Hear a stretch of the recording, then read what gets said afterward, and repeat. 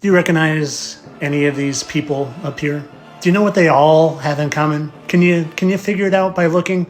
They all have one thing in common, and that's that they've all died. Well, at least they told us they all died.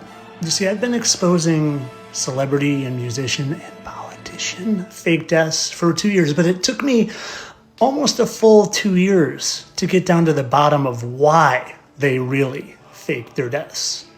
Some of you aren't ready for it. See, I used to just think that they faked their deaths as these people and became these people for trauma-based mind control, to control the masses. But no, it's something much, much more sinister. And I'm going to prove it to you in the most unlikely of places. The show Breaking Bad and Walter White, aka Bryan Cranston. Bryan Cranston, who used to be this guy right here, SNL star Phil Hartman. But I've done a video on this, how Phil Hartman faked his death and became Bryan Cranston, and I've proven it. You can go watch the full video, but for those of you that need to be caught up, look at how perfectly their faces fit together. But there's more. And here's Phil again, and here's Bryan again, and here's Phil's wife, and here's Bryan's wife. And I always say they bring their wives with them, but this isn't what I want to show you. What I want to show you is going to prove why they do this, which I haven't gotten to yet. And just to fully prove this to you and fully catch those of you up that didn't see that video, let's look at that dot and that dot. Notice how they're both on the forehead wrinkle, and that one, and right under the forehead wrinkle, and how the forehead wrinkles match. And well, would you look at that? It's Phil Hartman and Bryan Cranston. And here's where this goes from kind of believable to totally unbelievable, unless you are the most open-minded, awake souls. Because like I said, the proof comes in the most unlikely of places, the show Breaking Bad and Walter White, because I couldn't help but notice something. A random clip that just seemed suspicious. Let's see if you notice anything. Yeah, see, Presidente Grant, very important man. See? You see, in that clip, he gave a bunch of cleaning women $100 bills and got to the 50 and suspiciously said, Presidente Grant, a very important man. Presidente Grant as in Ulysses S. Grant, our 18th president. Do you notice anything suspicious about him? What about now? That's Walter White, the person that said Presidente Grant is a very important man.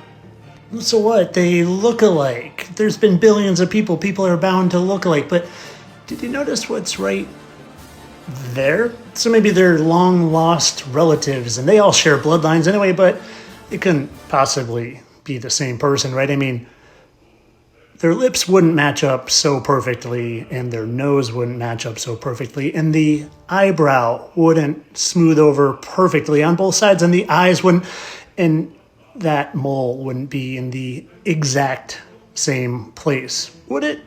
Would it really if they were just doppelgangers? Well, what if not only there's one mole, but two?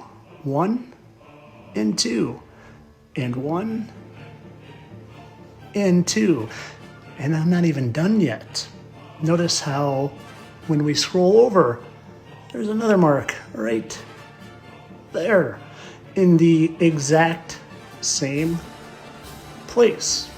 Now you tell me, what are the odds that he says Presidente Grant, a very important man, and just happens to look just like him with the same beard and mustache and nose and moles and moles and moles?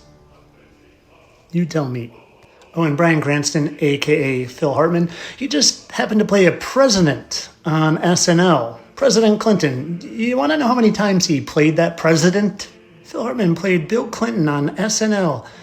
A very specific 18 times. Do you remember what else I said was 18? Can you see that up there? Ulysses S. Grant, the 18th president, who sadly died on July 23rd. And Phil Hartman, a.k.a. Bryan Cranston, a.k.a. Ulysses S. Grant, just happened to have a birthday on July 24th, but they celebrate it on the 23rd or the 24th. So what I am getting at, if you haven't connected the dots, is that he was born in 1822, and it's 2025. That's over 200 years ago. They fake their deaths because they can live a lot longer than you and I. And to avoid suspicion of that, they need to fake their deaths and recreate themselves. Now, I have theories on how they do this, whether they're fallen angels and literally not human, or if they drink Abrenobrome, or if they drink the gold juice, which is literally gland from a sperm whale that is proven to help stop aging.